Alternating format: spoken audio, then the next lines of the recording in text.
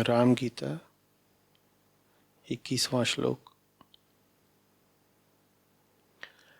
कर्म का त्याग करने से मैं अवश्य प्रायश्चित भागी होऊंगा, ऐसी अनात्म बुद्धि अज्ञानियों को हुआ करती है, तत्वज्ञानी को नहीं।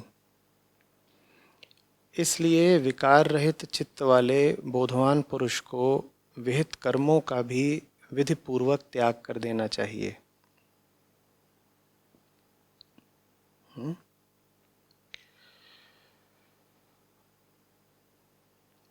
पूछा है कि सकाम कर्म को त्यागने से प्रायश्चित की भावना तो होती ही है, क्योंकि उससे फल की आसक्ति रहती है।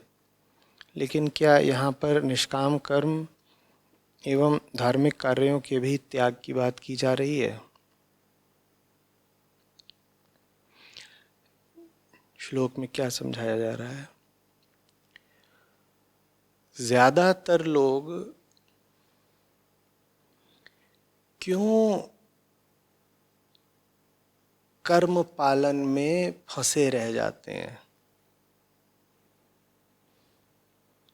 ज्यादातर लोगों की बुद्धि ऐसी होती है, संस्कार ऐसे होते हैं और उन्हें शिक्षा ऐसी दी गई होती है कि उन्हें लगता है, जैसा कि श्लोक कह रहा है, कि कर्म का त्याग करने से मैं अवश्य प्रायश्चित भागी माने पाप भागी हो जाऊंगा। ऐसी अनात्म बुद्धि अज्ञानियों को ही हुआ करती है, तत्वज्ञानी को नहीं। कर्म का क्या अर्थ है? कर्म का अर्थ है जो तुम करते हो। जिस भी चीज को तुम अपना कर्तव्य समझ के करते हो। कर्तव्य माने वो कर्म जो तुम्हें करने लायक लगता है। अब हर व्यक्ति वही कर रहा है जो उसे करने लायक लगता है, तो ले देकर अपनी दृष्टि से सब अपने कर्तव्य का ही पालन कर रहे हैं। कर्तव्य की जो हमारी अवधारणा है वही वो जाल है जिसमें हम फंसे हुए हैं। हमें लगता है ये चीज तो मुझे करनी ही चाहिए। क्यों? भाई कर्तव्य है मेरा। तुम्हें कैसे पता कोई चीज तुम्हारा कर्तव्य है? तुम्हें कैसे पता कोई चीज तुम्हारा कर्तव्य है? इसमें दो बातें समझनी होंगी। आधे कर्तव्य हमारे आते हैं अज्ञान से। हमें पता ही नहीं कि हम कुछ क्यों कर रहे हैं, वो बस हम इसलिए कर रहे हैं क्योंकि हमें बता दिया गया है कि करना चाहिए, अन्यथा तुम बुरे हो जाओगे। अगर तुम फलानी चीज नहीं करोगे तो तुम बुरे हो जाओगे, ऐसा करना होता है। आधे कर्तव्य आते हैं हमारे अज्ञान से और बाकी आधे कर्तव्य हमारे आते हैं स्वार्थ से। उनको हम बोल तो रहे होते हैं कर्तव्य, वो होते हैं हमारा व्यापार, हमारा लेन देन।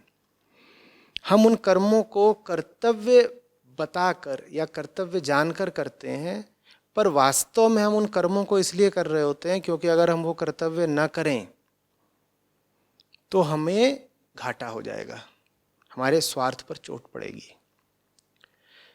तो ले देकर आम आदमी की पूरी जिंदगी की यही कहानी है। आधे काम वो इसलिए करता है क्योंकि उसे पता ही नहीं कि वो क्यों कर रहा है। सब कर रहे हैं इसलिए वो भी कर रहा है। किसी ने बता दिया तुम्हें करना तो करे जा रहा है। उसके पुरखे करते थे, उसके दोस्त यार कर रहे हैं, समाज में देख रहा है तो वो भी कर रहा है। और बाकी आधे काम वो इसलिए करता है ताकि उसे उन कामों से कुछ मुनाफा, लाभ, स्वार्थ की पूर्ति चलती रहे। ये है कर्मों की कहानी। पूरी की पूरी राम गीता बड़ी विशिष्ट गीता है, सबको पढ़नी चाहिए। यही बता रही है कि कर्म कर्तव्य का रास्ता मूढ़ों और अज्ञानियों का ही है। और कर्म और कर्तव्य से बहुत जुड़ा हुआ शब्द है अंतरात्मा, कॉन्शियंस। आप कहते हो कि अगर मैं अपने कर्म नहीं करता, अगर मैं अपने कर्तव्य नहीं करता, तो भीतर से अंतरात्मा कचोटती है, भीतर से बड़े पाप का एहसास होता है भीतर से बड़ी ग्लानि उठती है। आप कभी अपने आप से पूछते भी नहीं कि ये कौन सी चीज़ है भीतर से जो आपको कचोटती है या जो आप में ग्लानि उठाती है। वही बात यहाँ श्लोक की पहली पंक्ति में कही गई है, कर्म का त्याग करने से मैं अवश्य पाप भागी होऊंगा। ये आम आदमी की बुद्धि है, और इस बुद्धि के बारे में कहा गया है ऐसी अनात्म बुद्धि। अनात्म बुद्धि माने अशुद्ध बुद्धि, असत्य बुद्धि, ऐसी बुद्धि जो आत्मा से युक्त नहीं है, अनात्म बुद्धि। ऐसी अनात्म बुद्धि अज्ञानियों को होती है, तत्वज्ञानी को नहीं, क्योंकि वो भली भांति जानता है कि ये कर्तव्य का पूरा खेल ही गड़बड़ है। कर्तव्य की बात वही करते हैं जिन्होंने भीतर जाकर के मेहनत से, ईमानदारी से, निर्भयता से अपने आप से पूछा ही नहीं होता है कि फलानी चीज मेरा कर्तव्य बन कैसे गई, ये किसने तय कर दिया कि ये काम मुझे करना ही चाहिए। आधे समय, जैसा कि हमने कहा, उसको जवाब ये मिलेगा कि उसको पता ही नहीं किसने तय कर दिया, और बाकी आधे समय उसको जवाब ये मिलेगा कि तुम्हारे छोटे छोटे स्वार्थों ने तय कर दिया कि तुमको फलाना काम करना चाहिए। लेकिन हम ये अपने आप से पूछते ही नहीं कि फलानी चीज़ को तुम अपनी जिम्मेदारी, अपना कर्तव्य, अपना फ़र्ज़, अपनी रिस्पॉन्सिबिलिटी मान क्यों रहे हो। ये कैसे तुम्हारा फ़र्ज़ हो गया, ये कैसे तुम्हारे लिए विहित कर्म हो गया, कैसे, ये हम कभी अपने आप से पूछते नहीं। तो इसलिए श्लोक हमें सलाह देता है, उपदेश देता है कि विकार रहित चित्त वाले बोधवान पुरुष को विहित कर्मों का भी विधिपूर्वक त्याग कर देना चाहिए। उन कर्मों का त्याग तो करो ही जो तुमको समाज ने सिखा दिए हैं, उन कर्मों का त्याग तो करो ही जो तुम्हें तुम्हारे स्वार्थों ने सिखा दिए हैं। राम गीता आगे जाकर कहती है तुम उन कर्मों का भी त्याग कर दो जो तुम्हें वर्णाश्रम व्यवस्था ने सिखा दिए हैं, यहाँ तक कि वैदिक कर्मकांड ने सिखा दिए हैं। ज्ञान ही सब कुछ है, कर करके नहीं पाओगे। जो भी चीज़ तुम करने लायक समझ रहे हो, निश्चित रूप से तुम किसी कर्ता के उद्देश्यों की पूर्ति के लिए ही तो कर रहे हो ना।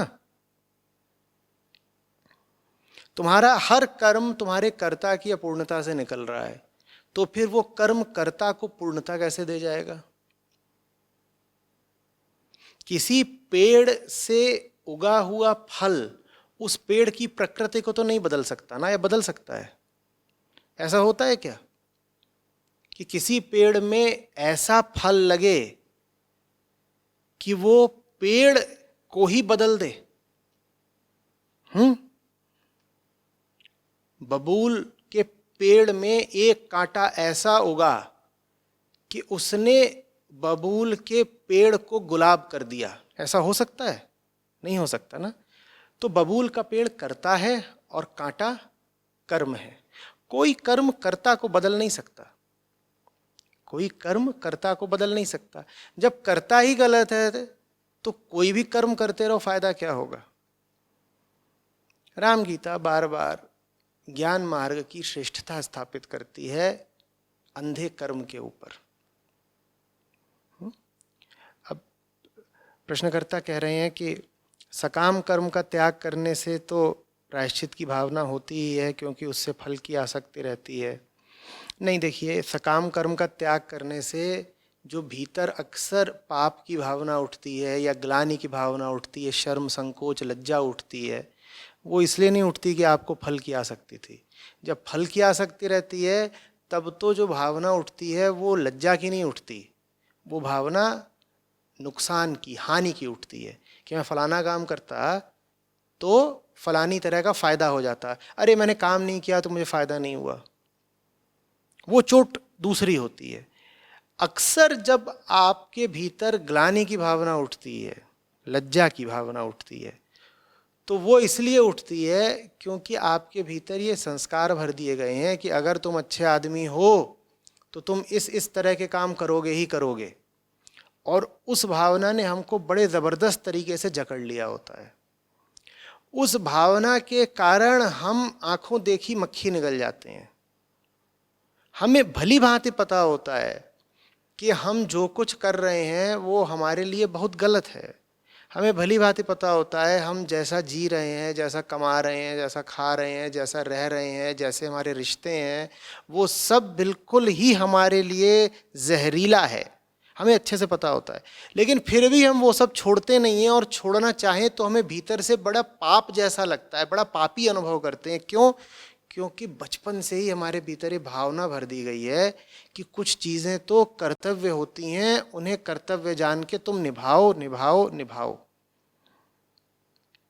तो आपको भली भांति पता है कि सामने जो आपके रखा है वो सड़ा गला जहरीला है, लेकिन आप फिर भी उसको खाए जाओगे, क्योंकि आप में ये भावना स्थापित कर दी गई है कि उस चीज़ को खाना आपका कर्तव्य है। तो असली बात ये है, ज्ञान मार्ग का अर्थ ही यही है कि तुम कर्ता को जान लो। आत्मज्ञान का अर्थ होता है कर्ता को जानना, वही तो आत्मा है। और कौन है? आत्मा का तो कोई ज्ञान होता नहीं, बहुत बार मैंने कहा है। आत्मज्ञान का मतलब ही है कि भीतर जो अहंकार बैठा है, जो कर्ता बन के सारे काम करता है, तुम उसको जान लो। जब तुम कर्ता को जान लोगे तो तुम कूद कूद कर कर्ता को बिल्कुल विक्षिप्त कर्म करने की अनुमति कैसे दे दोगे? और तुम कर्ता के कर्मों के साथ फिर तादात्म्य कैसे बैठा लोगे? तुम जान गए कि भीतर जो कर्ता बैठा है वही नकली है, पगला है, कृत्रिम है, बाहरी है। अब तुम कैसे कह दोगे मैं ही करता हूं? अब तुम कैसे उस कर्ता के सारे कर्मों को ऊर्जा देते रहोगे? तुम्हें पता है ये पागल आदमी एक भीतर बैठा हुआ है, और जो भीतर पागल आदमी बैठा हुआ है वो तमाम तरह के पागलपन करने के लिए उद्यत रहता है। अब वो चला है भीतर से उछल के कोई पागलपन करने। वो पागल है एक तो, दूसरा अज्ञानी है, और तीसरा स्वार्थी है। वो जो भी कुछ करता है, हमने कहा था, या तो अपने अज्ञान में करता है या अपने स्वार्थ में करता है ना। कर्तव्य इन्हीं दो जगहों से आते हैं ना, या तो अज्ञान से या स्वार्थ से। तो वो यही सब अपना करता रहता है। तुम कैसे उसके साथ हो लोगे? ज्ञान मार्ग का मतलब ये, तुमने कर्ता को पहचान लिया। तुम अब जो अनिवार्य कर्म करे जा रहे थे अंधे होकर के, उनसे तुम मुक्त हो गए। व्यर्थ के झंझट पालने तुमने बंद कर दिए। जो जानवर आकर के रोज तुम्हारा ही खून पीता हो, उसको हड्डी बोटी डालना तुमने बंद कर दिया। हमारे ज्यादातर कर्तव्य ऐसे ही होते हैं। एक जानवर है